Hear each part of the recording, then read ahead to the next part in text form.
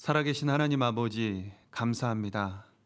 아무 소망 없던 저희들에게 하나님의 말씀을 통해 하나님의 살아계심과 예수님의 사랑을 깨닫게 하셔서 영원한 천국 소망 가운데 이 땅을 살아갈 수 있도록 크고 놀라우신 은혜 베풀어 주심에 진심으로 감사드립니다. 무엇보다 예수님의 재림이 너무나 가까운 마지막 시대를 살아가고 있는 만큼 주님 오시는 그날까지 이 거룩한 무리 가운데 끝까지 붙어서 주님을 위해 살다가 주님을 만날 수 있도록 도와주시기 원하고 바랍니다. 우리 태백교회 형제자매님들 하나님께서 일일이 기억해 주시고 또 하나님을 늘 가까이 하는 믿음을 가질 수 있도록 도와주시옵소서. 마음의 소원들, 하나님께 기도하는 간절한 기도 제목 가운데 아직 구원받지 못한 사랑하는 가족이나 친족이 있다면 그 영혼을 위해 기도하는 그 기도를 하루속히 응답해 주시기 부탁을 드립니다. 또한 우리 형제자매님들 어떠한 형편과 환경 가운데서도 늘 세상 끝날까지 우리와 항상 함께 하신다고 하신 하나님의 그 약속된 말씀을 믿고 어떤 상황에서도 주님만을 바라볼 수 있는 믿음을 더하여 주시기를 부탁을 드립니다. 특별히 오늘 주일을 맞아서 하나님의 말씀으로 필요한 교훈 허락하여 주시고 이 말씀으로 위로받고 또 힘을 낼 수 있도록 인도해 주시옵소서. 마땅히 이 자리에 함께해야 되지만 건강이 허락지 않아서 또는 여러 가지 사정으로 오지 못한 형제자매님들 어디에 있든지 이 모임을 생각하게 해주시고 이 자리에 참석하신 우리 형제님들 모두에게 하나님의 말씀이 마음에 심겨지기를 기도합니다. 담임 목사님과 함께 형제자매님들이 한마음 한뜻으로 주님의 일에 더욱더 힘쓸 수 있도록 도와주시고 다음 주부터 있을 대전도 집회 가운데도 새로 인도되는 영혼들 말씀 앞에 나와서 하나님의 살아계심과 예수님의 사랑을 깨달아 우리가 동일한 소망을 가지고 살아갈 수 있도록 하나님께서 인도되는 영혼들을 건져주시기를 부탁을 드립니다.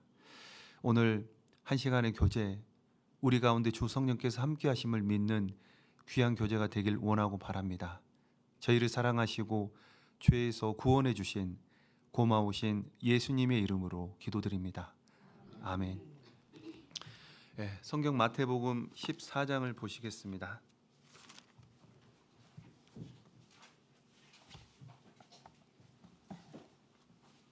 마태복음 14장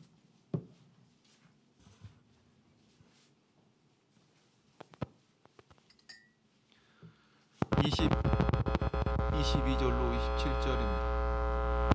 제가 이걸 손댔더니 그랬나 봅니다.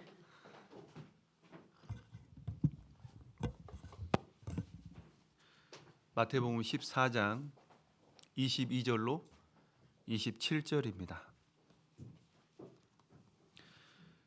예수께서 즉시 제자들을 재촉하사 자기가 무리를 보내는 동안에 배를 타고 앞서 건너편으로 가게 하시고 무리를 보내신 후에 기도하러 따로 산에 올라가시다 저물매 거기 혼자 계시더니 배가 이미 육지에서 술이나 떠나서 바람이 거슬림으로 물결을 인하여 고난을 당하더라.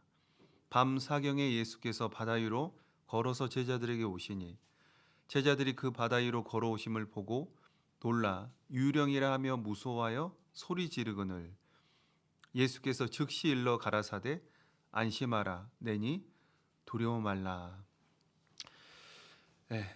오늘 이 말씀 주제는 바다 위를 걸으신 예수님입니다. 자, 방금 읽었던 이 말씀은 예수님께서 물고기 2마리와 떡 5개로 5,000명을 먹이신 이후에 있었던 일입니다. 떡 5개와 물고기 2마리로 엄청난 이적을 행하신 이후에 그 많은 무리들을 먼저 보내시고 그리고 제자들을 배태워 보내시고 난 이후에 예수님은 따로 기도하러 산으로 올라가셨습니다. 자, 23절을 다시 보시면 자, 무리를 보내신 후에 기도하러 따로 산에 올라가시다 저물매 거기 혼자 계시더니 자, 이 말씀에 보면 예수님께서 제자들과 함께하지 않고 홀로 기도하러 산에 올라가셨다라고 했습니다. 그래서 성경에 보면 예수님께서 기도하시는 모습이 여러 장면이 나오는데 마가복음 1장에 보면 예수님께서 새벽 미명에 일어나셔서 한적한 곳에서 기도하셨다라고 기록이 되어 있습니다. 그 기도하는 예수님 앞에 제자들이 찾아왔어요. 그리고 사람들이 예수님을 찾는다라고 하니까 예수님께서 우리가 다른 마을들로 가자. 내가 이를 위하여 왔노라. 다른 마을로 가자. 그러면서 하신 말씀이 전도하러 가자 그렇게 말씀하셨거든요. 내가 이 전도하는 일을 위해 왔다라고 말씀을 하셨어요. 마가복음 6장에도 보면 누가복음에 있습니다. 누가복음 6장에도 보면 예수님께서 밤이 맞도록 기도하시고 난 이후에 제자들을 사도로 세우시고 전도하는 일을 맡기셨습니다. 그걸 보면 예수님은 전도하는 일에 먼저 기도했다라는 것을 생각해 볼 수 있습니다. 기도가 얼마나 중요한지를 몸소 보여주신 거죠. 그리고 또 때로는 병든 자를 고칠 때 기도 외에는 그 병을 고칠 수 없다라고 말씀하신 적도 있습니다. 마태복음 17장과 마가복음 9장에 보면 한 아버지에게 귀신 들린 아들이 있었어요. 아마 아실 겁니다. 근데 이 아버지가 너무나 괴로운 거예요. 아들이 자기 의지와 상관없이 자주 불에도 넘어지고 물에도 넘어지는 겁니다. 아들이 자꾸 불에도 물에도 넘어지니까 아버지 입장에서는 너무나 괴로운 거예요. 그래서 예수님 제자들에게 아들의 병을 고쳐달라고 부탁을 했어요. 왜냐하면 예수님께서 제자들에게 병을 고칠 수 있는 능력을 주셨거든요. 그런데 희한하게도 이 아버지의 아들의 병을 고치지를 못하는 겁니다. 할 수 없이 이 아버지가 예수님을 찾아가요. 그런데 예수님은 한 번에 고쳐주셨죠. 그때 제자들이 예수님께 묻습니다. 예수님, 왜 우리는 그 병을 고치지 못했습니까? 왜 우리는 할 수 없었습니까? 그때 예수님께서 이런 경우에는 다른 걸로는 할 수 없고 기도 외에는 병을 고칠 수 없다. 예수님이 그렇게 말씀을 하셨거든요. 야고보서 5장에 보면 의인의 간구는 역사하는 힘이 크다. 믿음의 기도는 병든 자를 구원한다라고 말씀을 하고 있습니다. 때로는 이 믿음의 기도가 병든 자를 병을 고치기도 한다라는 거예요. 그 예수님께서 기도가 얼마나 중요한지를 우리에게 알려주고 계시는 거예요. 자, 그런데 예수님께서 하신 기도 가운데 아주 특별한 기도가 있습니다. 혹시 예수님이 하셨던 그 기도 가운데 특별한 기도가 어디서 하신 기도인지 아시겠어요? 너무 잘하시네요. 겟세마네 동산에서 십자가에 못 박히시기 전날 밤에 하셨던 그 겟세마네 동산의 기도가 너무나 특별한 기도입니다. 여기 잡아놓으시고 마태복음 26장을 한번 보시겠습니다. 마태복음 26장.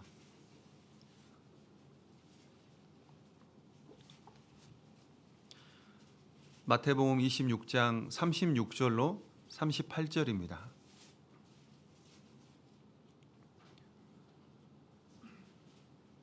이에 예수께서 제자들과 함께 겟세마네라는 곳에 이르러 제자들에게 이르시되 내가 저기 가서 기도할 동안에 너희는 여기 앉아 있으라 하시고 베드로와 세베대의 두 아들을 데리고 가실새 고민하고 슬퍼하사 이에 말씀하시되 내 마음이 심히 고민하여 죽게 되었으니 너희는 여기 머물러 나와 함께 깨어 있으라 하시고. 자, 예수님께서 겟세마네 동산에서 기도하시는데 그 기도 내용이 뭐냐면 내 마음이 심히 고민하여 죽게 되었으니, 예수님께서 마음의 고통 가운데 지금 하나님께 기도를 하고 있는 겁니다. 많은 사람을 위해서 죽기 위해 오신 그 예수님께서 그 십자가를 앞두고 마음에 심히 고통스러웠던 거예요. 그래서 얼마나 고통스러웠으면 39절 말씀이 이렇게 기록되어 있죠. 만일 할만하시거든 이 잔을 내게서 지나가게 하옵소서. 자, 십자가에 못 박혀 죽기 위해서, 십자가의 잔을 마시기 위해서 오신 예수님께서 할만하시거든, 할 수만 있다면, 피할 수만 있다면 이 잔 지나가게 해달라고 기도했습니다. 그러나 내 원대로 마옵시고 아버지의 뜻대로 되길 원한다 기도했죠. 그만큼 예수님께서 십자가에 못 박혀 죽는 이 일은 결코 쉬운 게 아닌 겁니다. 그래서 예수님도 하나님께 간절히 기도했다라는 걸 우리가 엿볼 수 있겠죠. 제가 지금 이제 서울 강서교회를 간 지 올해가 2년 차입니다. 그 전에 안산교회에서 7년 넘게 있었는데요. 그 안산교회에서 그 교회학교 중고등부실의 벽에 걸린 액자를 봤습니다. 뭐 어떤 액자가 걸려 있냐면 한 소녀가 이렇게 손을 모으고 기도하는 모습, 이렇게 기도하고 있는 거예요. 근데 그 옆에 글귀에 이렇게 적혀 있더라고요. 마음이 답답할 때 기도하세요. 예수님도 답답할 때 항상 기도하셨죠. 제가 어느 날 그거 보면서 예수님도 답답할 때 기도하셨지, 그 생각이 딱 들어온 거예요. 예수님도 힘들고 답답하실 때 하나님께 기도하셨구나. 얼마나 힘들었으면 땅에 떨어지는 그 땀방울이 핏방울이 되도록 간절히 기도하셨을까. 그리고 예수님은 오늘 본문처럼 홀로 기도하러 가실 때가 많았었는데 이 겟세마네 동산에서 기도하실 때만큼은 제자들을 데려갔어요. 그리고 제자들에게 내가 저기 가서 기도할 동안에 너희는 여기 앉아 있으라. 제자들을 데려가서 함께 하기를 원했던 겁니다. 그만큼 예수님 마음이 답답했어요. 누가복음 12장 50절에 보면 나는 받을 세례가 있는데 그 이루기까지 나의 답답함이 어떠하겠느냐. 예수님께서 받을 그 세례가 십자가의 잔을 마시는 거거든요. 그 십자가에 못 박혀 죽는 그때까지 예수님의 그 답답함 이루 말할 수 없었다라는 겁니다. 그래서 예수님께서 너무나도 답답하셨기 때문에 마음이 심히 괴로웠기 때문에 하나님께 간절히 기도했던 거예요. 자, 예수님께서 이렇게 기도하셨다면 우리도 살다 보면 답답한 일, 힘든 일, 괴로운 일들이 있죠. 그럴 때 어떻게 해야 될까요? 당연히 우리도 간절히 기도해야겠죠. 시편 62편에 보면 내 마음을 하나님께 토하라라고 있습니다. 우리의 마음을 하나님께 토하라는 거예요. 그 말씀 한번 찾아보시죠. 시편 62편 8절 말씀입니다. 시편 62편 8절. 자, 이 말씀은 같이 한번 읽어보겠습니다. 시편 62편 8절. 같이 읽겠습니다. 백성들아 시시로 저를 의지하고 그 앞에 마음을 토하라. 하나님은 우리의 피난처시로다. 자, 백성들아 시시로 저를 의지하고, 자, 시시로 저를 하나님을 의지하라는 건 항상 변함없이 어떠한 상황과 환경 가운데서도 하나님 의지하라는 겁니다. 그 앞에 마음을 토하라. 하나님 앞에 마음을 토하라. 이 토하라는 것은 쏟아내라는 겁니다. 마음에 있는 것을 하나님께 기도로서 다 얘기하라는 거예요. 숨김없이. 왜냐하면 하나님은 우리의 피난처시로다. 하나님은 우리의 피난처가 되시고 피할 바위가 되시는 분이기 때문에 하나님 앞에 다 얘기하라는 거예요.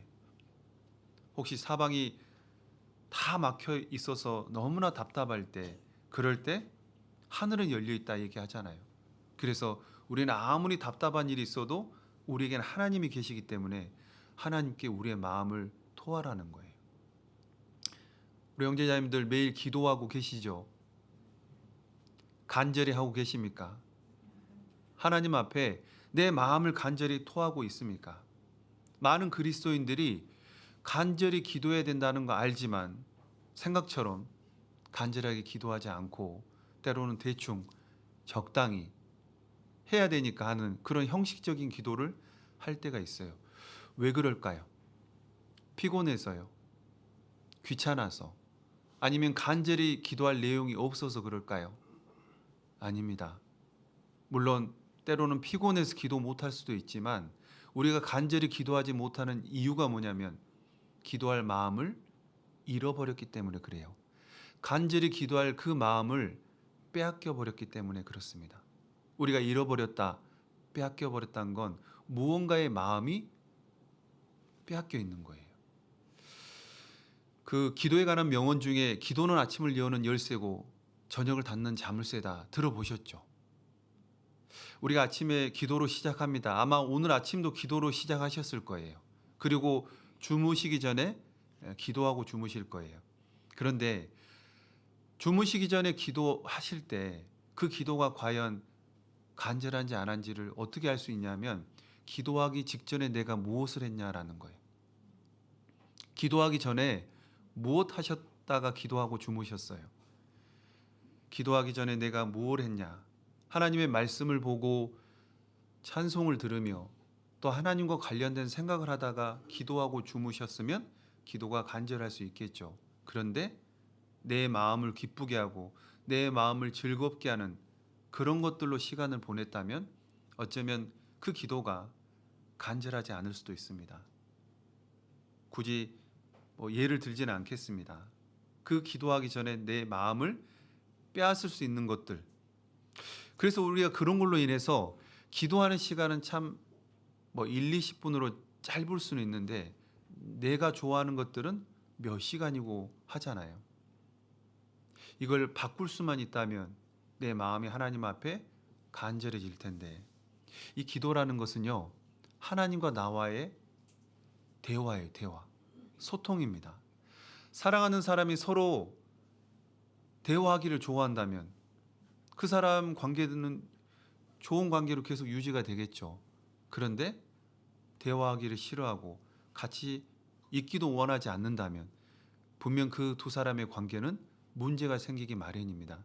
마찬가지로 하나님과의 대화를 소홀히 한다면 분명 하나님과의 관계가 문제가 생길 수밖에 없어요. 그래서 기도하기가 쉽지 않은 겁니다.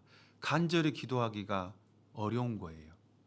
무엇이 내 간절한 기도를 막는지 찾아야 됩니다. 그리고 그것을 멀리해야 돼요.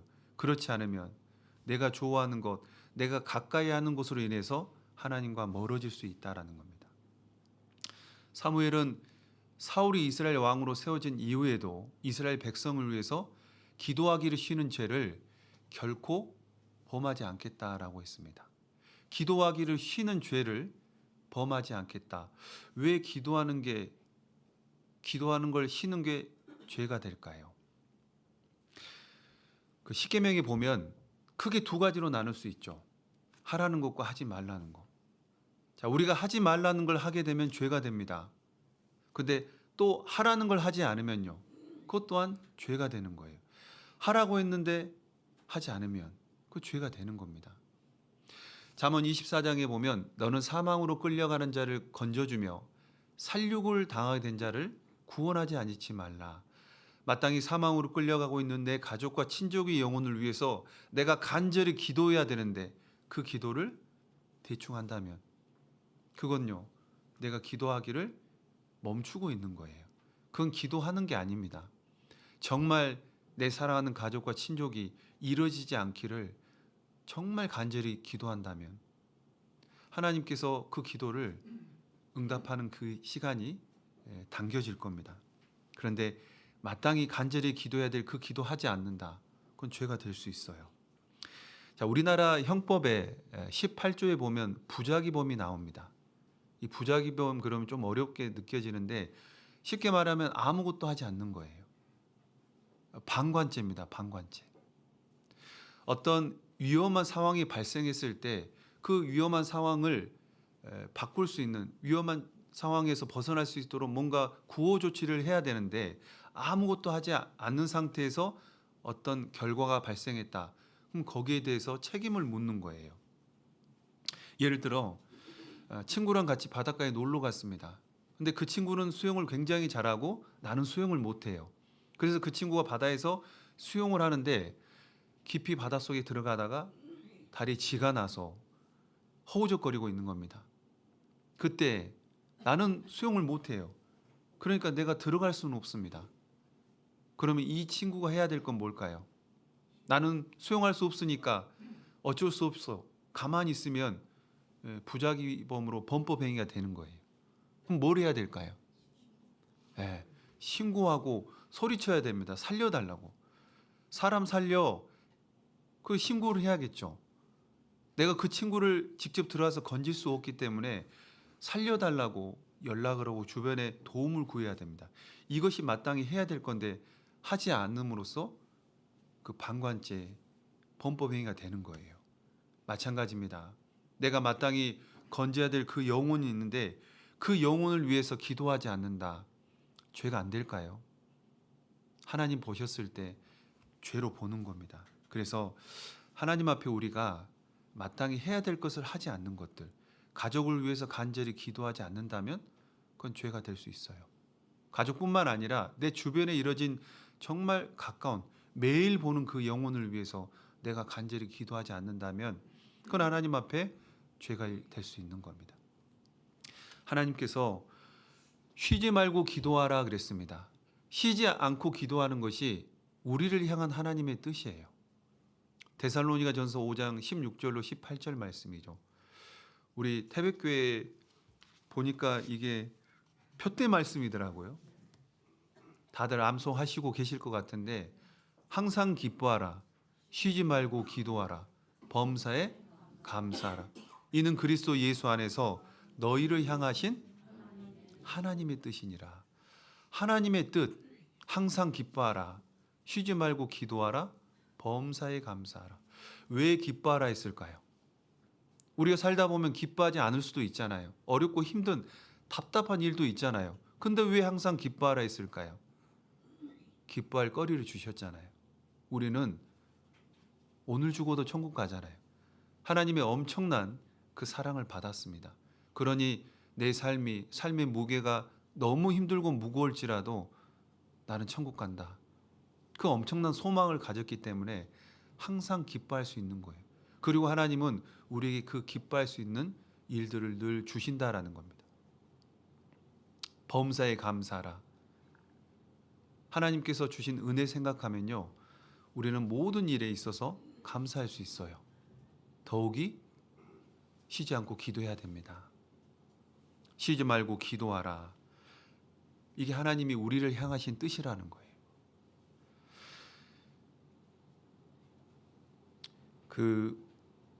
물론 이제 하나님이 우리를 향한 뜻이 많이 있어요. 레위기 11장에 보면 45절에 내가 거룩하니 너희도 거룩할지어다. 하나님은 우리로 하여금 거룩하길 원하셔요. 왜냐하면 하나님이 거룩하시기 때문에. 모세가 떨기나무 불꽃 가운데서 하나님을 만났습니다. 그때 하나님께서 모세에게 내 발에서 신을 벗으라고 그랬어요. 내가 선 땅은 거룩한 곳이다. 왜 모세가 선 그 땅이 거룩할까요? 맞아요. 그곳에 하나님이 계시기 때문에. 하나님이 계시기 때문에 그곳이 거룩한 거예요. 그 거룩한 하나님께서 우리와 함께 하시길 원하시기 때문에 내가 거룩하니 너희가 거룩할지어다 말씀하셨어요. 아버지의 뜻은 이것이니 너희의 거룩함이라. 하나님의 뜻은 우리가 거룩하게 살아가는 거예요. 이 세상과 구별되는 삶을 살아가는 겁니다. 이 세대를 본받지 말고 이 세대를 따라 살아가지 말고 그 세대와 구별돼서 사는 거 하나님 기뻐하시는 거예요. 그게 하나님의 뜻인 겁니다. 에베소서 5장에도 보면 너희가 전에는 어둠이더니 이제는 주 안에서 빛이라 그랬죠. 빛의 자녀들처럼 행하라 그랬습니다. 구원받은 하나님의 자녀가 빛 가운데 나오는 생활을 하나님은 기뻐하시는 거예요. 그것처럼 쉬지 않고 기도하는 게 하나님의 뜻이라는 겁니다. 자, 우리가 거룩하게 살면 마태복음 5장에 보면 심령이 가난한 자 복이 있다 그랬죠. 천국이 저희 것이다. 애통하는 자 복이 있다. 저희가 위로받을 거다 그랬죠. 그 말씀에 보면 마음이 청결한 자 복이 있다 그랬습니다. 하나님이 보인대요. 마음이 깨끗한 자 하나님이 보인다라는 건 하나님을 느낄 수 있다라는 겁니다. 그래서 우리가 하나님의 뜻, 하나님은 거룩하길 원하시고 또 빛 가운데 거하길 원하시는 것처럼 쉬지 않고 기도하는 걸 원하신다라는 겁니다. 자, 쉬지 말고 기도하라. 자, 쉬지 말고 기도하라는 걸 쉽게 말하면 항상 하나님을 향해서 마음을 열어두라는 거예요. 어떤 순간순간 상황에서 가장 먼저 하나님을 떠올리는 겁니다. 그 느헤미야가 아닥사스다 왕의 술 맡은 관원장으로 있을 때 예루살렘 성문이 회파되고 예루살렘 성이 불탔다는 그 얘기를 들었어요. 그 얘기를 듣고 너무나 마음이 괴로운 겁니다. 그 얘기를 듣는 순간 울었어요. 그리고 수일을 슬퍼했습니다. 근데 어느 날 아닥사스다 왕이 보니까 네가 건강한데 아프지 않은데 왜 얼굴에 수색이 가득하냐. 그때 이 느헤미야가 자기 동족의 상황을 얘기를 했죠. 그때 아닥사스다 왕이 그럼 내가 네게 무엇을 하여 주기를 원하느냐 이렇게 물어봤을 때 그때 이 느헤미야의 행동을 보면 바로 왕에게 대답하지 않아요. 하늘의 하나님께 묵도하고 먼저 하나님께 기도했다라는 표현이 나오거든요. 어떻게 왕이 물었는데 왕의 그 물음에 바로 대답하지 않고 하나님께 먼저 기도할 수 있었을까? 이 느헤미야는 쉬지 않고 기도했던 사람입니다. 항상 하나님을 먼저 생각했던, 하나님을 향해서 먼저 마음을 열었던 사람이에요. 그렇기 때문에 왕의 그 물음에도 먼저 하나님께 기도할 수 있었던 거예요. 우리가 쉬지 않고 기도한다라는 건 늘 하나님을 향해 먼저 마음을 여는 것. 내게 주어진 상황 가운데서 가장 먼저 하나님을 떠올린다라는 겁니다. 길을 가다가 발을 접질렸어요. 그럼 어떤 생각 드세요? 아프다 생각부터 들죠. 근데 그 발을 접질렸을 때 물론 아프겠죠. 근데 순간 하나님께서 왜 내가 이렇게 발을 접질리게 하셨을까? 물론 내가 발을 잘못 디뎌서 접질린 겁니다. 그러나 그 가운데서도 하나님을 생각하는 거예요. 몸이 좋지 않으면 하나님께서 내게 뭘 알게 해 주시려고, 가정에 뭔가 좋지 않은 일이 있거나 일이 생각처럼 잘 안 풀렸을 때 하나님께서 분명히 내게 뭔가를 알려주시기 위해서 주시는 거라고 생각하면 가장 먼저 하나님을 생각할 수 있다라는 거. 아, 하나님께서 내게 뭘 알려주시려고 하는 걸까? 그게 쉬지 않고 기도하는 겁니다. 항상 하나님을 먼저 생각하는 거예요. 그래서 잠언 3장 6절에도 범사의 그를 인정하라 그랬습니다. 범사의 그를 인정하라. 모든 일에 있어서 하나님을 먼저 생각하라는 겁니다. 그것이 쉬지 않고 기도하는 거예요. 혹시 떨어져 사는 가족이나 또 부모, 자녀들이 있을 겁니다. 떨어져 사는데 안부가 궁금하죠? 그럴 때 어떻게 해요? 전화하잖아요. 전화합니다. 요즘에는 또 영상통화도 잘 발달돼 있어서. 저희 장모님도 저희 자매와 자주 통화를 해요. 일주일 7일 중에 한 6일 정도? 처음에는요, 너무 자주 하는 거 아닌가 싶더라고요. 그리고 어떨 때는 통화 너무 길어요. 30분은 기본이고 1시간 넘게. 어제도 그렇게 통화해놓고 오늘 또 하는 거예요. 근데 제가 한번 생각해 봤습니다. 왜 이렇게 전화를 자주 할까? 물론 이제 손녀들이 소식이 궁금한 것도 있어요. 오늘 뭐 하고 지냈냐? 근데 딸이 시집은 갔어도 여전히 딸이 오늘 뭐 하고 지냈는지, 오늘 뭐 먹었는지 딸의 상황이 궁금한 거예요. 그래서 매일같이 통화하는 걸 원하는 겁니다. 이 기도한다라는 건 마치 이 전하는 것과 같다라고 볼 수 있어요. 하나님과의 대화, 소통이잖아요. 우리 형제자님들은 하나님께 얼마나 자주 전화를 드리세요? 그리고 얼마나 마음을 가지고 통화를 하세요? 혹시 전화 안 한 지 일주일 지나신 분 없죠? 그러면 안 되잖아요. 만약에 우리가 이 전화, 하나님께 기도를 하지 않으면 어떻게 될까요? 이런 일이 벌어진대요. 로마서 8장입니다. 로마서 8장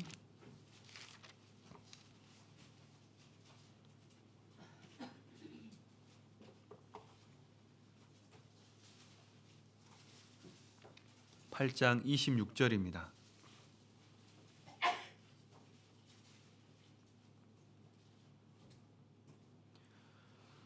이와 같이 성령도 우리 연약함을 도우시나니 우리가 마땅히 빌 바를 알지 못하나 오직 성령이 말할 수 없는 탄식으로 우리를 위하여 친히 간구하시느니라. 자, 하나님께 전하지 않으면, 하나님께 기도하지 않으면 성령께서 말할 수 없는 탄식으로 기도하신다 그랬죠. 자, 새로운 사실을 혹시 알았어요? 아, 내가 기도 안 하면 내 안에 계신 성령께서 하나님께 대신 기도하는구나. 이런 생각이 드세요? 그게 중요한 게 아니라 기도하지 않으면 성령께서 탄식한다 그랬습니다. 탄식.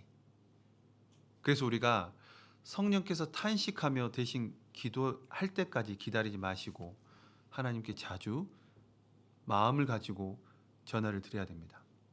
하나님은 우리의 사정을 모르시는 분이 아니에요. 우리의 사정 다 알고 계시죠. 그런데 우리의 입으로 직접 듣기를 원하는 겁니다.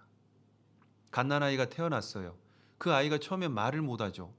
근데 이 아이가 돌이 가까워지면 엄마 아빠 하기 시작하잖아요. 그 부모 마음은요. 이 아이가 빨리 말을 했으면, 그리고 엄마 아빠 하면 얼마나 기분이 좋아요.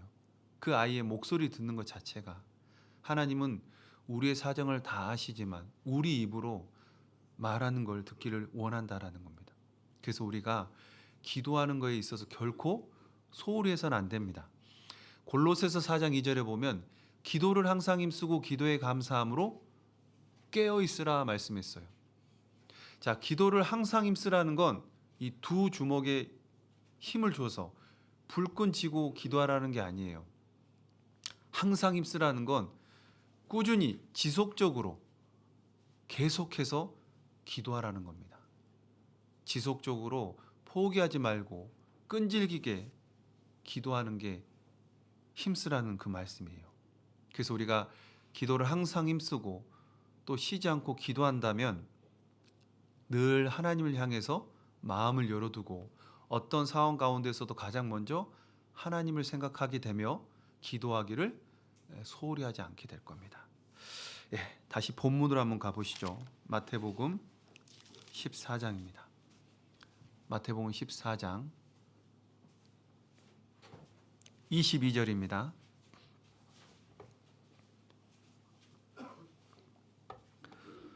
예수께서 즉시 제자들을 재촉하사 자기가 무리를 보내는 동안에 배를 타고 앞서 건너편으로 가게 하시고 무리를 보내신 후에 기도하러 따로 산에 올라가시다 저물매 거기 혼자 계시더니. 자, 예수님 홀로 기도하러 가셨습니다. 그런데 기도하러 가신 예수님과 달리 제자들은 배 타고 이제 먼저 떠나 보냈어요. 그런데 제자들이 탔던 그 배가 풍랑을 만나게 된 겁니다. 그래서 제자들이 고난을 당하게 된 거예요. 24절입니다. 배가 이미 육지에서 술이나 떠나서 바람이 거슬림으로 물결을 인하여 고난을 당하더라.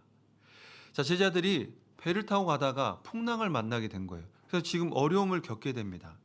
그때 예수님께서 바다 위를 걸어오셨죠. 자, 25절입니다.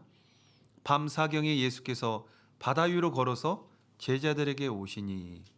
자, 밤 사경에 예수님이 바다 위를 걸어오셨다라고 했습니다. 여기 밤 사경이 나오는데 보통 유대인들은 밤을 1경, 2경, 3경으로 나눠진다고 해요. 그래서 저녁 6시부터 10시까지를 1경, 10시부터 새벽 2시를 2경, 새벽 2시부터 6시까지 4시간 단위로 1경, 2경, 3경으로 나눠진다 그럽니다. 근데 여기는 사경이라 되어 있죠. 이 사경은 로마식입니다. 그래서 로마는 저녁 6시부터 9시를 1경, 9시부터 12시를 2경, 12시부터 3시를 3경, 3시부터 6시를 4경, 3시간 단위로 1경, 2경, 3경, 4경으로 나눠져요. 근데 여기 보면 밤 사경이라 그랬죠. 그러면 사경은 새벽 3시에서 6시를 가리켜요. 새벽 3시에서 6시 사이에 예수님께서 바다 위를 걸어서 제자들에게 온 겁니다. 그런데 바다 위를 걷는 사람은 없잖아요. 그래서 제자들이 예수님이 걸어오신 걸 보고 유령이라 두려워했다 그랬어요.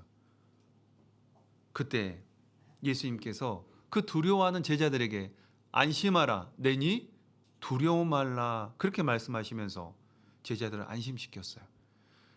물론 제자들은 정신이 없었을 겁니다. 그런데 그때 베드로가 용기를 내서 예수님께 얘기를 하죠. 만일 주시어든 나로 명해서 물 위로 오라 하소서. 그때요 예수님이 오라 그랬어요. 잘 아시는 것처럼 그 예수님이 오라는 그 말에 베드로가 바다에 발을 뗐어요. 그리고 실제로 걸었습니다. 그런데 끝까지 걷질 못했죠. 그 이유가 뭘까요? 예? 바람을 보고 무서워 빠져가는지. 30절을 보시면 바람을 보고 무서워 빠져가는지라 소리질러 가로되 주여 나를 구원하소서 하니. 자, 베드로가 분명 걸었습니다. 그런데 끝까지 걷질 못한 이유가 바람을 보고 무서워 빠져갔다라는 거예요. 여기서 바람이라는 건 환경을 말합니다. 바다라는 세상에서 주변 환경을 보다가 넘어진 거예요. 이 바람을 보는 순간 예수님을 잊어버렸습니다. 예수님을 잊었다라는 건 이건 불신했다라는 거예요. 그리고 의심했다는 말입니다. 31절에 그렇게 나와요. 31절에 예수께서 즉시 손을 내밀어 저를 붙잡으시며 가라사대 믿음이 적은 자여 왜 의심하였느냐 하시고. 자, 베드로가 바람이라는 환경 때문에 순간 예수님을 잊어버렸어요. 그게 예수님을 의심했다, 불신했다라고 말씀을 하는 겁니다. 그래서 바다에 빠진 거예요. 우리가 이 베드로의 모습을 보면 우리가 생각해야 됩니다. 우리도 이 바람과 같은 주변에 이뤄진 주변에 주어진 상황들 있죠. 그런 어려운 일들, 그런 일들로 인해서 우리를 구원하신 예수님을 잊어버릴 수 있어요. 그러면요, 그 답답한 상황으로 해서 우리도 낭망의 바다에 빠질 때가 있습니다. 낙심의 바다에 빠지고 결국은 그 어려운 환경으로 인해서 힘들어하는 거예요. 그런데 예수님께서 이 말씀을 남겨두신 건 우리에게 교훈을 받으라고 말씀하시는 거예요. 우리는 베드로처럼 이 세상의 어떤 어려움으로 인해서 세상에 빠질 것이 아니라 믿음의 주요 온전케 하신 예수님을 바라보는 가운데 그 세상 가운데서 세상을 이긴 그 믿음을 가지고 우리가 이겨내야 되는 겁니다. 예수님, 우리를 구원하신 그 예수님을 바라보는 게 필요해요. 그래야만 그 낭망의 바다 빠지지 않는다라는 겁니다. 그래서 환경이 때로는 우리를 답답하게 할 수 있지만 그 환경을 뛰어넘는 것이 믿음입니다. 믿음이라는 건 환경 너머에 늘 주님을 바라보는 거예요. 우리가 받은 그 구원이 있잖아요. 우리가 받은 그 하나님의 사랑과 은혜, 한번 생각해 보세요. 예수님의 사랑이 이 지구보다 크죠? 아니, 우주보다 훨씬 더 큽니다. 맞잖아요. 모든 것을 준다고 해도 예수님의 사랑과는 바꿀 수 없어요. 그래서 이 세상에 가장 큰 건 우리를 구원하신 그 예수님의 사랑입니다. 예수님의 사랑이 가장 큰데 우리에게 주어지는 그 답답한 일들이 마치 예수님의 사랑보다 더 큰 것처럼 예수님의 사랑 위에 올려놓게 되면 우리는 힘들어할 수밖에 없어요. 그러나 어떠한 상황도 다 예수님의 그 사랑 앞에, 그 발 앞에 놓여져 있다라는 걸 생각해야 됩니다. 그래서 우리는 믿음의 주요 온전케 하신 그 예수님을 주님 앞에 가는 그날까지 끝까지 바라보고 가는 게 너무나 중요하다라는 겁니다. 그런데 여기서 한 가지 생각해 볼 게, 자, 예수님께서 바다 위를 걸으셨잖아요. 왜 바다 위를 걸으셨을까요? 자, 예수님께서 바다 위를 걸으셨다라는 걸 모르는 분은 없어요. 근데 왜 걸으셨는지 그 이유를 모르신 분들은 굉장히 많더라고요. 왜 걸으셨을까요? 무엇을 보여주려고요? 예수님이 나 이렇게 능력 많다, 능력 보여주시려고 했다고 하는 분들이 간혹 있더라고요. 근데 사실은 물론 예수님의 능력이 바다뿐만 아니라 더한 능력도 보여줄 수 있죠. 그런데 여기에서는 예수님의 능력을 보여주기 위한 것보다는 제자들에게 뭔가를 알려주기 위한 게 있어요. 자, 마태복음 14장 24절을 보시면 배가 이미 육지에서 술이나 떠나서 바람이 거슬림으로 물결을 인하여 고난을 당하더라. 자, 물결을 인하여 고난을 당했다. 누가 고난을 당하고 있죠? 제자들입니다. 자, 예수님께서 오병이어이적을 행하시고 난 이후에 제자들을 배 태워 먼저 보내셨는데 그 배를 타고 가던 제자들이 고난을 당하고 있는 거예요.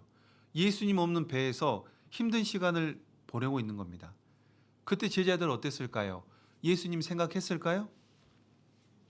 안타깝게도 예수님을 전혀 생각하지 못하고 괴로이 노만 저었다라는 겁니다.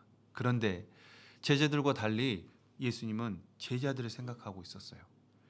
이 말씀에 보면 제자들이 고난을 당하더라 이렇게 되어 있지만 마가복음에는 제자들이 그 고난으로 인해서 괴로이 노젓는 것을 보셨다라고 표현이 되어 있어요. 자, 마가복음 6장을 한번 가보시죠. 마가복음 6장 46절부터 48절입니다. 마가복음 6장 46절로 48절. 무리를 작별하신 후에 기도하러 산으로 가시다 저물매 배는 바다 가운데 있고 예수는 홀로 무태에 계시다가 바람이 거스림으로 제자들이 괴로이 노젓는 것을 보시고 밤 사경쯤에, 자, 이 말씀에 보면 예수님께서 제자들이 바다 위에서 괴로이 노젓는 것을 뭐 하셨다고요? 보셨다라고 했습니다. 근데 우리가 앞서 말씀드렸던 것처럼 예수님은 지금 홀로 산에서 기도하고 계셔요. 제자들 먼저 배 태워 보내셨거든요. 그 제자들이 탔던 배에 풍랑이 일어나서 제자들이 괴로이 노젓고 있는 거예요. 함께 하시지 않고 있는데 제자들이 괴로이 노젓는 걸 보셨다라는 겁니다. 이 말씀을 보면 비록 예수님은 제자들과 함께 하지 않을지라도 예수님의 마음은 제자들을 향하고 있고 예수님의 눈은 제자들을 바라보고 있었다라는 겁니다. 그 괴로이 노젓는 것을 보셨다. 그래서 예수님이 왜 바다 위를 걸으셨냐? 첫 번째, 제자들의 형편을 안다라는 거예요. 지금 제자들이 풍랑을 만나서 괴로이 노젓고 있는 걸 다 보셨다라는 거예요. 그러면 아시는 걸로 끝났을까요? 돕기 위해서 바다 위를 걸어가셨다. 그래서 예수님이 바다 위를 걸으신 너무나 중요한 이유, 첫 번째, 형편을 아신다. 두 번째, 돕기 위해 바다 위를 걸어가셨다라는 겁니다. 그렇다면 제자들의 형편을 아신 예수님께서 우리 형제자매들의 형편은 모르실까요? 우리 형제자매들의 형편 아실까요? 대답 안 하신 분도 계시는데 모르시는 거 아니잖아요. 하나님께서는 우리 형제자매들 모두의 형편을 다 알고 계셔요. 그것을 다윗의 입을 통해서 우리에게 알려주셨습니다. 시편 139편입니다.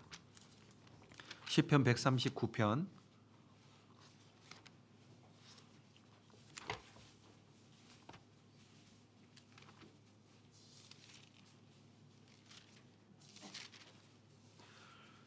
1절부터 3절까지입니다. 자, 1절부터 3절까지 같이 한번 천천히 읽겠습니다. 여호와여, 주께서 나를 감찰하시고 아셨나이다. 주께서 나의 앉고 일어섬을 아시며 멀리서도 나의 생각을 통촉하시오며 나의 길과 눕는 것을 감찰하시며 나의 모든 행위를 익히 하시오니. 자, 여호와여, 주께서 나를 감찰하시고 아셨나이다. 다윗이 하나님께서 나를 감찰하시고 아신다. 내 생각, 내 모든 행위, 내 길과 눕는 것 모르시는 게 없다라고 했습니다. 심지어 4절에는 내 혀에 말을 알지 못하시는 것이 하나도 없다라고 말씀하고 계셔요. 하나님은 우리가 앉았다 일어서는 것, 우리의 생각을 통촉 꿰뚫어 보신다. 모르시는 것이 없다라고 말씀하고 있어요. 우리의 형편과 사정을 다 아신다. 이 말씀은 그만큼 우리를 생각하신다라는 겁니다. 욥기 7장에 보면 우리가 침 삼킬 동안도 우리를 놓치지 않는다. 누가복음 12장에는 그 참새 비유를 얘기를 하시면서 우리의 머리털까지 다 세신 바 됐다. 우리의 모르는 것이 없다라는 겁니다. 왜요? 하나님은 왜 우리의 모든 형편과 사정을 다 아실까? 그래서 이 시편을 기록했던 다윗이요, 시편 144편에는 이렇게 얘기를 해요. 여호와여, 주께서 저를 알아주시며 인생이 무엇이간데 저를 생각하시나이까? 사람이 뭡니까? 하나님, 사람이 무엇이간데 저를 알아주시며 저를 생각합니까? 라고 얘기를 했어요. 사람이 뭡니까? 그걸 이사야 선지자가 답을 줬죠. 이사야 49장 5절에 보면 나는 여호와 보시기에 존귀한 자라. 우리는 하나님 보시기에 너무나도 귀한 존재들이라는 겁니다. 물론 눈에 보이는 이 육신이 아니라 우리 안에 있는 하나님의 형상을 닮은 그 영혼이 너무나 귀한 거예요. 그래서 하나님께서 우리를 너무나 생각하고 계십니다. 기가 막힌 말씀이 시편 139편에 있는데 내 형질이 이루어지기 전에 주의 눈이 우리를 보셨다 그랬어요. 자, 16절에 보시면 내 형질이 이루기 전에 주의 눈이 보셨으며 라고 돼 있죠. 내 몸이 엄마 뱃속에서부터 만들어지기 전부터 하나님이 나를 보셨다라는 건 이미 하나님이 나를 알고 계셨다라는 겁니다. 그래서 하나님 보시기에 우리는 너무나 귀한 존재들인 거예요. 가끔 우리 그렇게 생각하죠. 주변에 정말 잘난 분들이 있잖아요. 말도 잘하고 똑똑하고 가진 것 많고 뭔가 부러울 게 많은 분들 보면 그 사람에 비하면 나는 너무나 초라하고 부족하고 연약하고 힘없고 뭐 그런 생각할 때 있잖아요. 저 사람은 참 귀한 사람이고 나는 못난 사람이다. 그렇게 생각할 수도 있지만 하나님 보셨을 때는 내가 봤을 때는 나는 보잘것없지만 하나님 보시기에 나라는 존재는 너무나 귀한 겁니다. 존귀한 거예요. 하나님이 그렇게 나를 여겨주신다라는 겁니다. 그런데 그 하나님께서 우리를 구원하셨잖아요. 나를 구원하셔서 천국 갈 수 있는 확실한 소망을 갖게 하셨잖아요. 그리고 한 가지 약속한 게 내가 세상 끝날까지 너희와 항상 함께 있으리라. 세상 끝날까지 항상 함께 한다고 약속을 하셨어요. 마태복음 28장에 보면 볼지어다 내가 세상 끝날까지 너희와 항상 함께 있으리라. 그런데 문제는 우리가 그 사실을 잊고 살 때가 많다라는 거예요. 구원받고 난 이후에 하나님이 함께 하신다라는 걸 너무나 기뻐하고 좋아했는데 시간이 지나면 지날수록 하나님이 함께 하시는 게 점점 멀어지는 것 같고 하나님이 멀리 있는 것 같아요.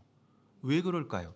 세상 끝날까지 함께 하신다고 했는데 왜 하나님이 점점 멀어지는 것 같을까요? 이사야 59장 1절에 보면 하나님과 우리 사이에 죄가 있기 때문에 그래요. 우리가 구원받기 전에도 하나님과 우리 사이에 죄가 가로막았듯이 구원받은 이후에도 여전히 하나님과 우리 사이에 죄가 가로막으면 하나님과 멀어져 있는 것처럼 느낄 수밖에 없습니다. 그래서 베드로 사도는 영혼을 거스려 싸우는 육체의 정욕을 제어하라. 우리 안에 이 하나님과 멀어지게 하는 이 육체의 정욕이 있습니다.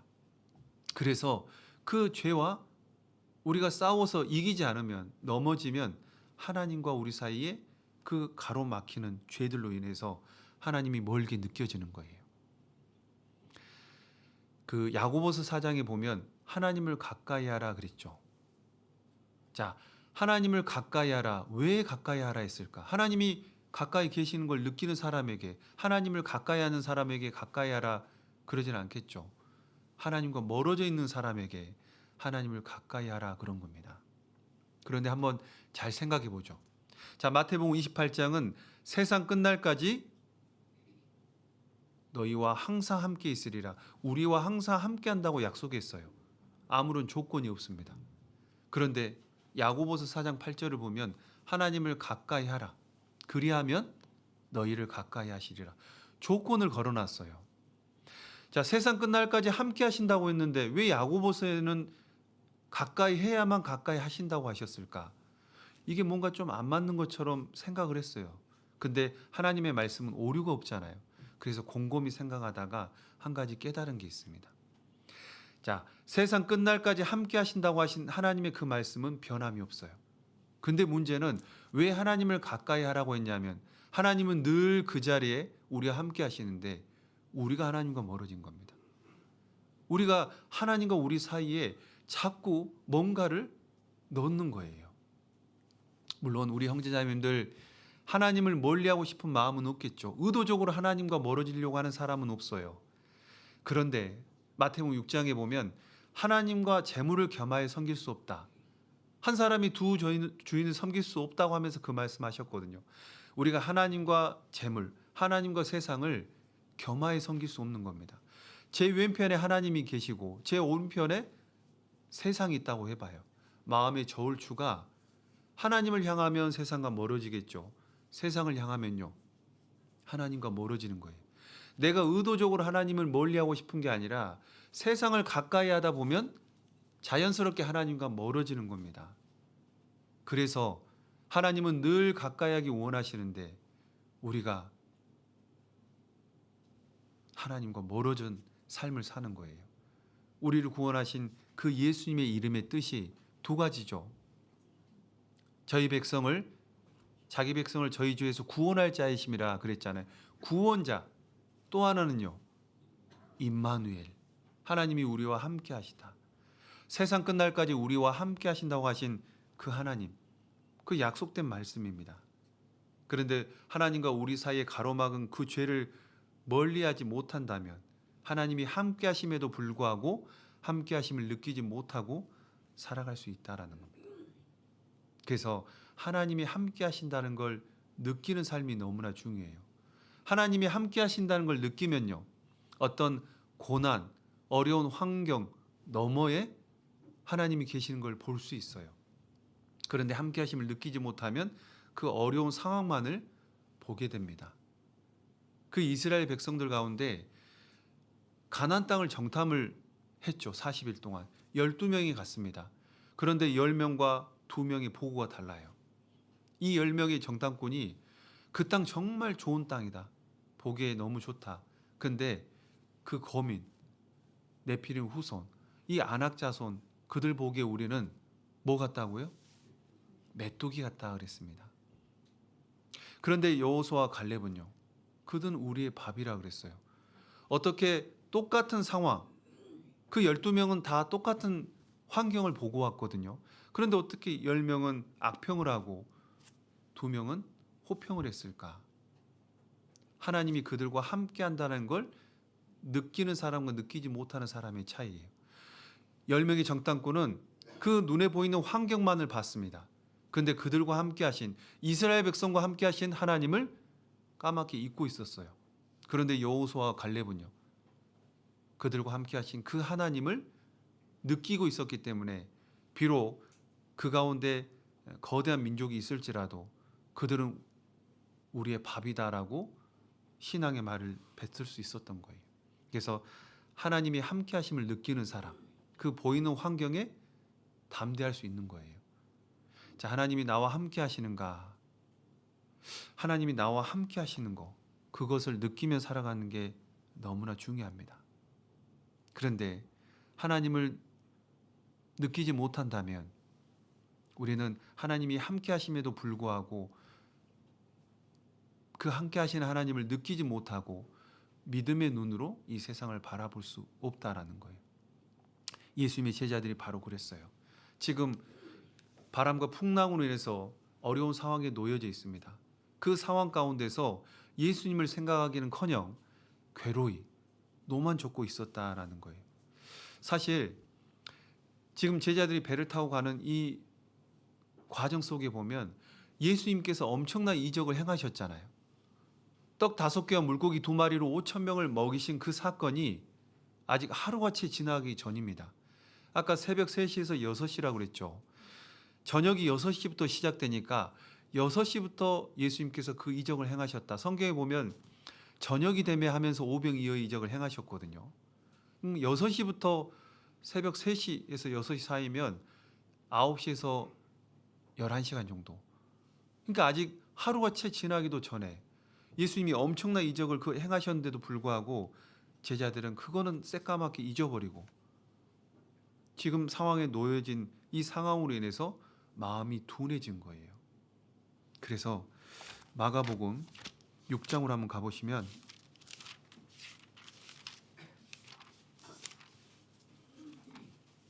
마가복음 6장입니다. 52절 말씀. 6장 52절. 자, 52절 말씀도 같이 읽어보겠습니다. 이는 저희가 그 떡 떼시던 일을 깨닫지 못하고 도리어 그 마음이 둔하여졌음이러라. 자, 제자들은 예수님께서 떡 5개와 물고기 2마리로 엄청난 이적을 행하셨는데 그거를 잊어버린 거예요. 떡 떼시던 일을 깨닫지 못하고 도리어 그 마음이 둔하여졌음이라. 사실 떡 5개와 물고기 2마리로 5천 명을 먹인다라는 거, 그거 엄청난 이적 아니에요. 근데 그들은 그걸 새까맣게 잊어버린 거예요. 그걸 잊고 괴로이 노만 적고 있는 겁니다. 근데 사실은 제자들이 이런 풍랑으로 힘들어했던 게 이번이 처음이 아니에요.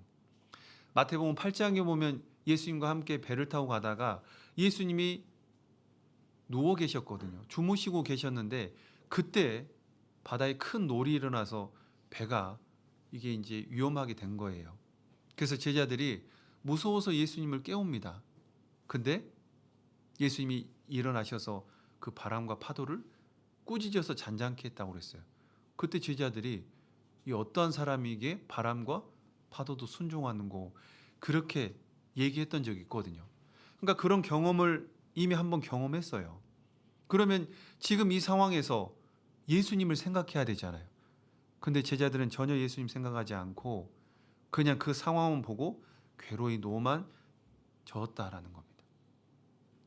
우리가 이 제자들의 모습을 통해서 뭘 생각해야 되냐면, 어떠한 상황 가운데서도 항상 하나님이 나와 함께 하신다, 그걸 생각하면 그 답답한 상황에서도 기도가 되는 거예요.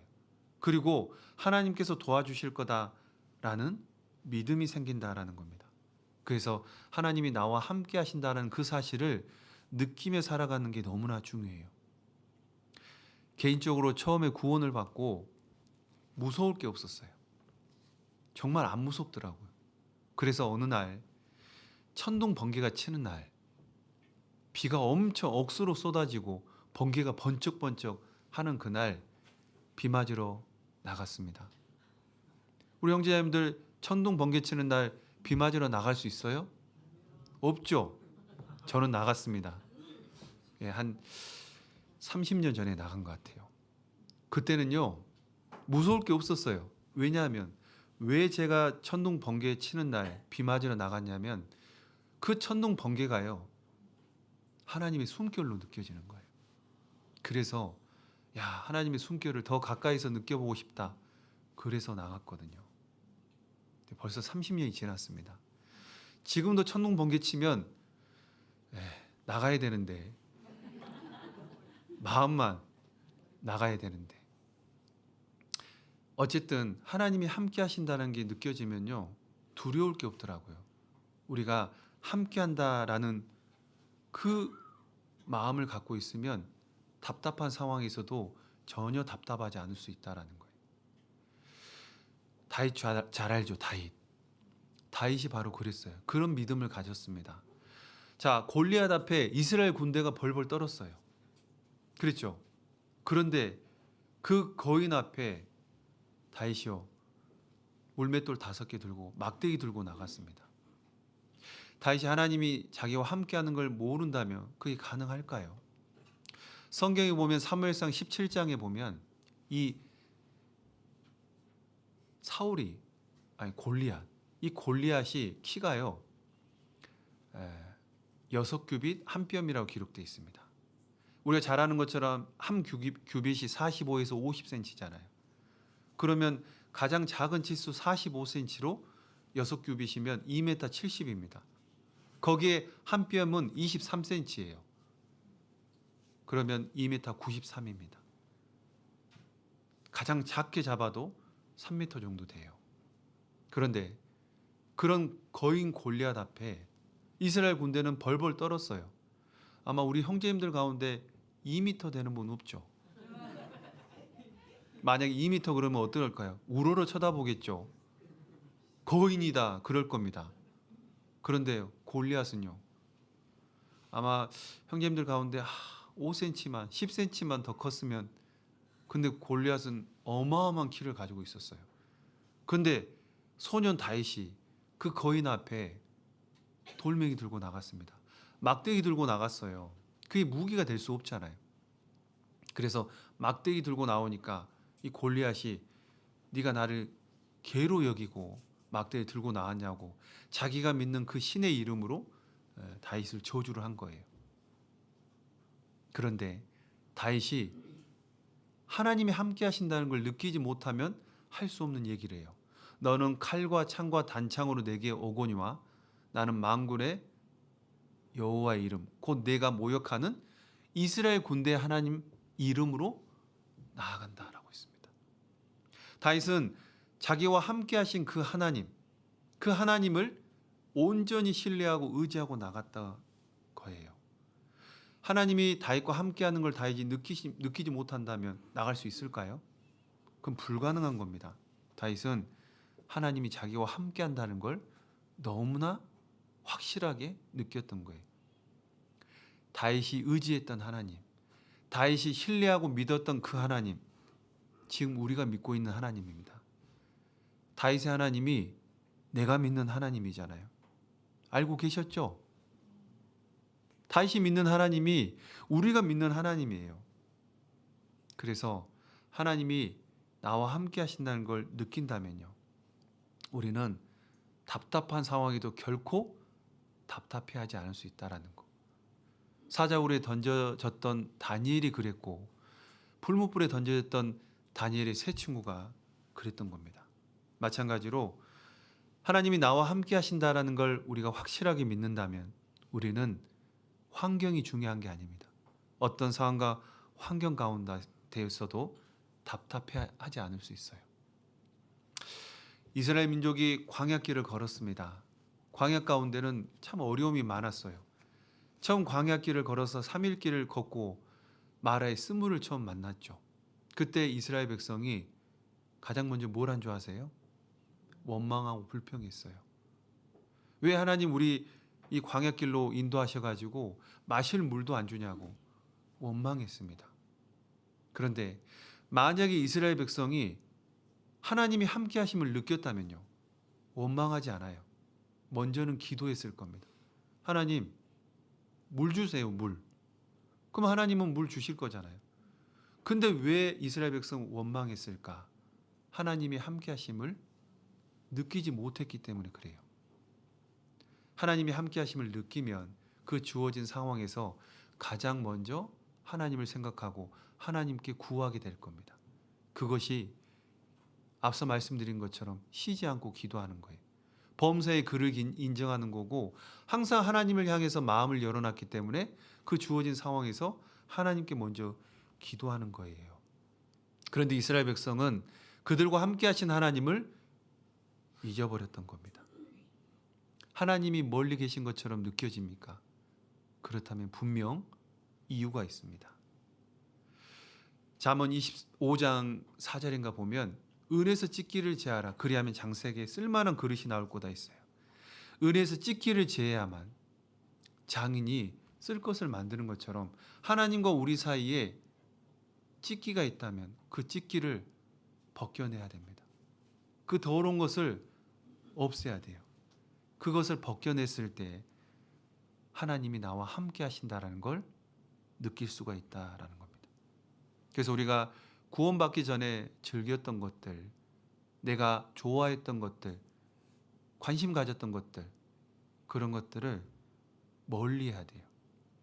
물론 버렸다고 생각했는데 어느새 보니까 또 내가 그걸 찾고 그걸 가까이 할 수도 있지만 계속해서 버리는 연습을 해야 돼요.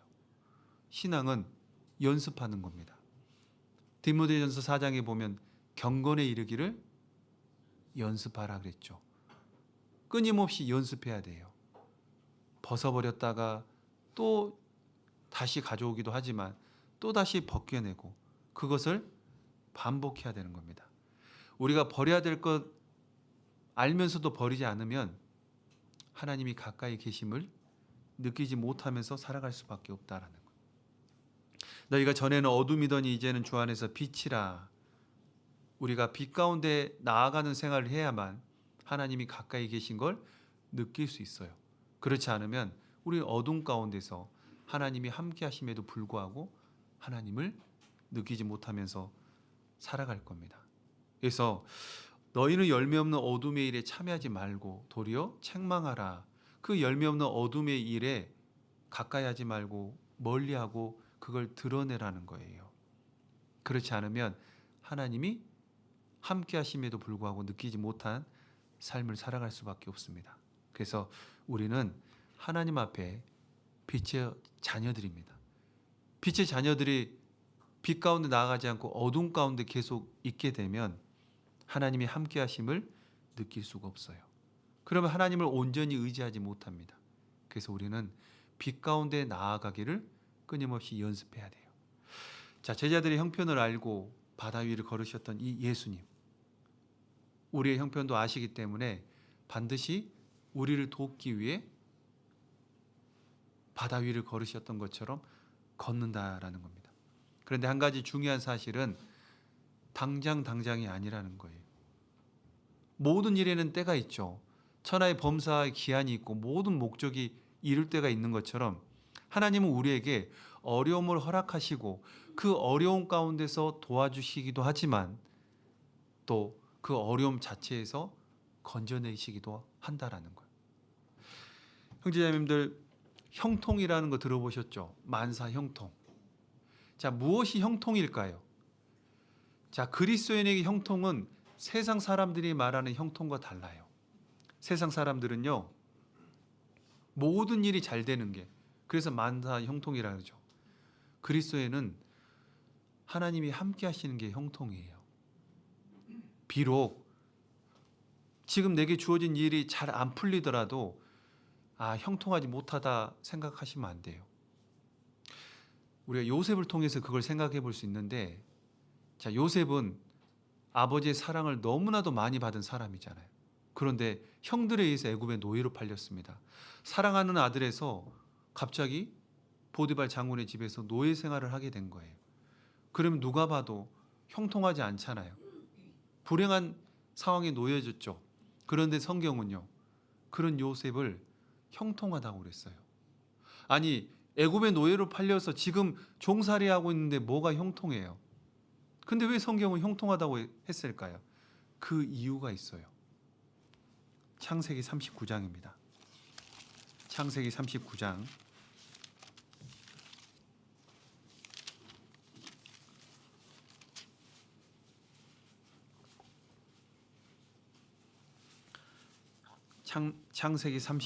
1절입니다. 1절 2절입니다.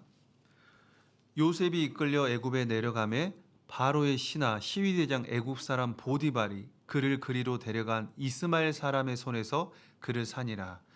여호와께서 요셉과 함께 하심으로 그가 형통한 자가 되어 그 주인 애굽 사람의 집에 있으니. 자, 요셉은 분명히 형들에 의해서 이 애굽의 노예로 팔렸어요. 그런데 형통할 이유가 전혀 없는데 여호와께서 요셉과 함께 하심으로 그가 형통한 자가 됐다. 자, 지금 요셉의 처지는 형통한 상태가 아닌데 하나님께서 함께 하시기 때문에 요셉이 형통했다라고 표현했어요. 그러면 하나님께서 함께 하시면 형통하다. 그럼 이 말만 형통하다 그러면 우리가 이게 믿을 수 없잖아요. 하나님이 함께 하셔서 뭘 형통케 하셨을까? 하나님이 함께 하신다라는 건 그 상황 가운데서 형통케 해주셨는데, 자, 3절을 보시면 그 주인이 여호와께서 그와 함께 하심을 보며 또 여호와께서 그의 범사에 형통케 하심을 보았더라. 요셉이 그 주인에게 은혜를 입어 섬김에 그가 요셉으로 가정 총무를 삼고 자기 소유를 다 그 손에 위임하니. 이 말씀에 보면 요셉이 단순히 보디발 장군의 집에서 청소하는 노예로 전락한 게 아니라 이 보디발 장군의 집에 가정 총무를 삼아 줬다라는 거예요. 그러니까 하나님은 종이라는 그 상황 속에서도 가정 총무를 삼아서 형통케 해주셨다라는 거예요. 그러니까 우리에게 어떤 어려움이 있다면 그 어려움 가운데서 하나님이 함께 하셔서 형통한 일을 주신다라는 거예요. 아직은 고난 가운데 있지만 그 고난 속에서 하나님이 함께 하셔서 도와준다라는 거예요. 그렇게 가정 총무로 열심히 일했는데 보디발 장군의 아내가 유혹을 합니다. 그런데 요셉은요, 내가 어찌 하나님 앞에 이 큰 악을 행해서 죄를 지으리까, 득죄하리까, 그러면서 그 여인의 동침하자는 말을 뿌리치고 하나님 앞에 믿음을 지켰잖아요. 그런데 그런 요셉의 믿음과 달리 보디발 장군의 아내의 그런 모함을 받고 감옥에 갇히게 돼요. 그러면 우리 같으면 어때요? 너무 억울하잖아요. 내가 하나님 앞에 죄 안 지으려고 피했는데 오히려 돌아오는 건 상황이 안 좋아졌잖아요. 그냥 감옥에 갇힌 게 아니라요, 정말 표현은 좀 그렇지만 추잡한 죄에 누명을 썼잖아요. 내가 강간범으로 들어간 거잖아요. 얼마나 억울해요. 그런데 요셉이 그런 억울한 가운데서도 하나님은 요셉과 함께 하셨어요. 그럼 하나님이 함께 하시면 형통하다는 말이거든요. 하나님이 함께 하시면 형통하다는 거예요. 그럼 감옥에 갇혔는데 또 뭐가 형통한 거예요? 그 감옥 가운데서도 하나님이 형통케 해주셨다는 겁니다. 자, 19절을 보시면 주인이 그 아내가 자기에게 고하기를 당신의 종이 내게 이같이 행하였다 하는 말을 듣고 심히 노한지라. 이에 요셉의 주인이 그를 잡아 옥에 넣으니 그 옥은 왕의 죄수를 가두는 곳이었더라. 요셉이 옥에 갇혔으나 여호와께서 요셉과 함께 하시고 그에게 인자를 더하사 전옥에게 은혜를 받게 하시매. 자, 하나님께서 감옥에 갇힌 요셉과 함께 하셨다. 그래서 전옥에게 은혜를 받게 하셨다 그랬는데 23절은 같이 읽겠습니다. 전옥은 그의 손에 맡긴 것을 무엇이든지 돌아보지 아니하였으니 이는 여호와께서 요셉과 함께 하심이라. 여호와께서 그의 범사에 형통케 하셨더라. 자, 하나님께서 요셉과 함께 하셔서 그 전옥으로 하여금 요셉에게 감옥 사무를 맡겼다라는 거예요. 그러니까 감옥에 단순히 쇠사슬에 매이는 죄수의 몸이 아니라 오늘날로 말하면 교정직 공무원 같은, 그래서 감옥 사무를 맡아서 술 맡은 관원장도 섬기고 떡 굽는 관원장도 섬겼잖아요. 단순히 노예 생활한 게 아니라 그 감옥에서 하나님이 함께 해주셔서 형통케 해주셨다라는 거예요. 그러니까 하나님은요, 우리에게 어떤 어려운 상황을 주실 때 그 가운데 함께 하시기 때문에 그 어려운 상황 속에서 도와준다라는 겁니다. 고난 가운데서 함께 해주신다라는 거예요. 앞서 말씀드린 것처럼 풀무불에 던져졌던 그 새 친구, 그 풀무불에 던지기 직전까지 하나님이 막아준 게 아니라 풀무불이라는 고난 속에 던져서 함께 하셨다라는 거. 다니엘이 사자굴에 던져지기 직전까지 지켜주신 게 아니라 던져서 그 고난 가운데서 하나님이 도와주셨다라는 거예요. 마찬가지로 요셉을 그 어려움 속에 넣어놓고 그 가운데 함께 해주셨다라는 거. 그게 형통하다라는 거예요. 이게 그리스도인에게 형통인 거예요. 모든 일이 잘 되는 게 형통이 아니라 어려운 가운데 있지만 그 어려운 가운데서 내가 나와 함께 하시는 하나님을 의지하고 믿음을 지키는 거. 그게 진정한 믿음 아닐까요? 그 고난 가운데서 함께 해주시는 형통 뿐만 아니라 고난에서 아예 건져주시는 형통도 허락하셔요. 그래서 17세 애굽의 노예를 팔렸던 요셉이 13년이 지난 이후에 애굽의 총리가 됐잖아요. 고난 가운데서 함께 하신 하나님께서 이제 고난 자체에서 건져주시는 능력도 베풀어 주시는 겁니다. 그래서 하나님은 우리와 함께 하셔서 형통케 하시고 늘 우리와 함께 하셔서 우리의 어려움을 아시고 도와주신다라는 거, 이걸 우리가 잊지 않았으면 좋겠습니다. 물론 우리가 신앙생활하는 가운데 어려운 일들은 생기기 마련이에요. 없을 수가 없습니다. 그 노아가 가족들과 함께 이제 배에서 나왔잖아요. 창세기 8장에 보면 배에서 나와서 정결한 짐승을 잡아서 하나님께 바쳤습니다.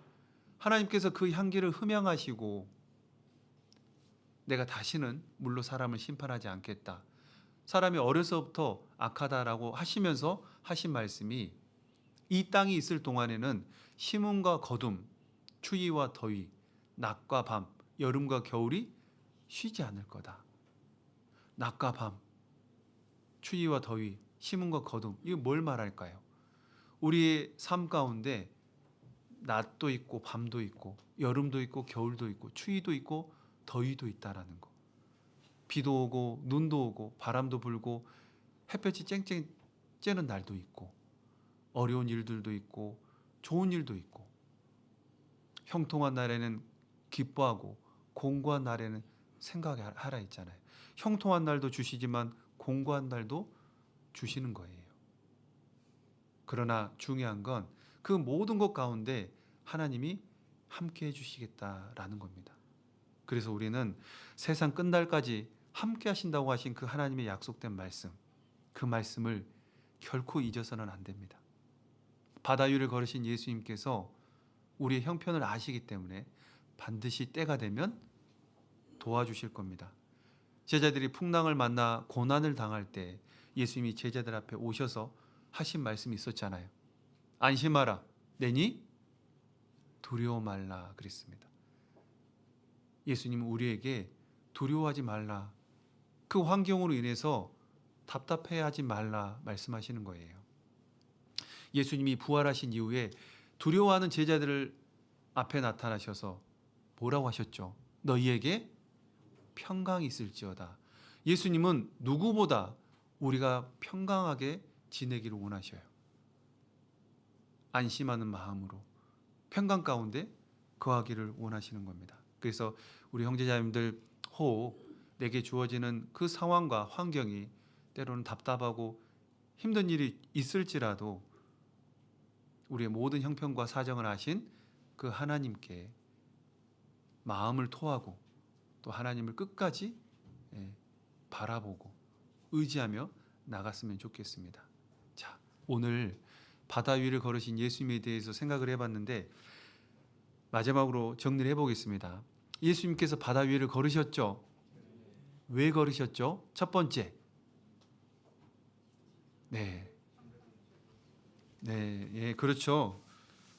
그렇죠. 뭐라고 하시는데 잘 모르겠어요. 자, 바다 위를 걸으신 그 예수님께서 우리 형제 자매님들의 형편을 다 아신다라는 거. 그리고 두 번째는 돕기 위해 반드시 움직이신다라는 거 기억하시고, 그래도 마음이 좀 힘들다 그러면 기도하십시오.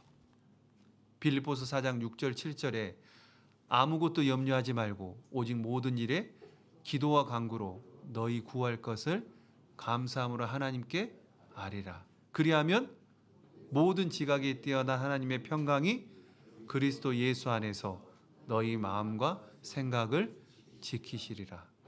우리의 마음과 생각을 지키시는 그 하나님께서 염려하지 말고 기도하라 그랬습니다. 그래서 우리 형제자매들 늘 우리와 함께 하시는 그 하나님을 느끼면서 살아가는 신앙생활 했으면 좋겠고요. 이제 내일부터 또 대전도 집회가 계획되어 있더라고요. 우리가 이 전도 집회를 항상 맞이할 때 우리가 이 땅에 남아있는 목적이 사실은 전도하기 위해 있다라는 거. 입술을 떼는 것과 떼지 않는 건 달라요. 마음으로는 기도하고 누군가 얘기를 해야 되는데 뭐 저번에 거절했으니까 이번에 또 안 듣겠지 하고 스스로 제한하지 않았으면 좋겠어요. 비록 거절 당하더라도 입술을 떼는 것과 떼지 않는 건 다릅니다. 그래서 뭐 오늘 하루 남은 시간 동안에 전화도 하고 찾아가서 내일 말씀 한번 들어보자. 꼭 한번 권하셔서 또 많은 영혼들이 말씀 앞에 나와서 또 한 주간 성령께서 크게 역사하시는 그런 귀한 집회가 됐으면 좋겠습니다. 같이 기도하겠습니다. 하나님 감사합니다. 저희를 구원해 주시고 영원하지 않은 이 세상에서 영원한 천국 소망 가운데 이 땅을 살아갈 수 있도록 놀라우신 은혜 베풀어 주셔서 진심으로 감사를 드립니다. 주님 오시는 그날까지 항상 하나님께서 원하시는 그런 삶을 살게 도와주시고, 무엇보다 세상 끝날까지 우리와 항상 함께 하신다고 하신 약속된 그 말씀을 굳게 믿을 수 있도록 도와주시옵소서. 우리 형제자님들 주어지는 상황과 환경 가운데서도 늘 하나님을 온전히 바라보고 의지할 수 있는 믿음을 더해 주시기 부탁을 드립니다. 내일부터 있는 대전도 집회 하나님께서 기억해 주시고, 갈등하는 그 영혼들 마음을 정해서 말씀 앞에 나올 수 있도록 도와주시고, 또 말씀을 대언하시는 목사님과 함께 하셔서 하나님의 말씀을 담대히 전할 수 있도록 능력 베풀어 주시고 함께 해 주시기를 부탁을 드립니다. 집회를 위해 수고하는 우리 형제자님들 모두에게 하나님의 은혜가 더욱더 가득하길 원하고 바랍니다. 오늘 함께 교제 나눌 수 있게 해주심을 감사드리며 저희를 사랑하신 예수님의 이름으로 기도드립니다. 아멘.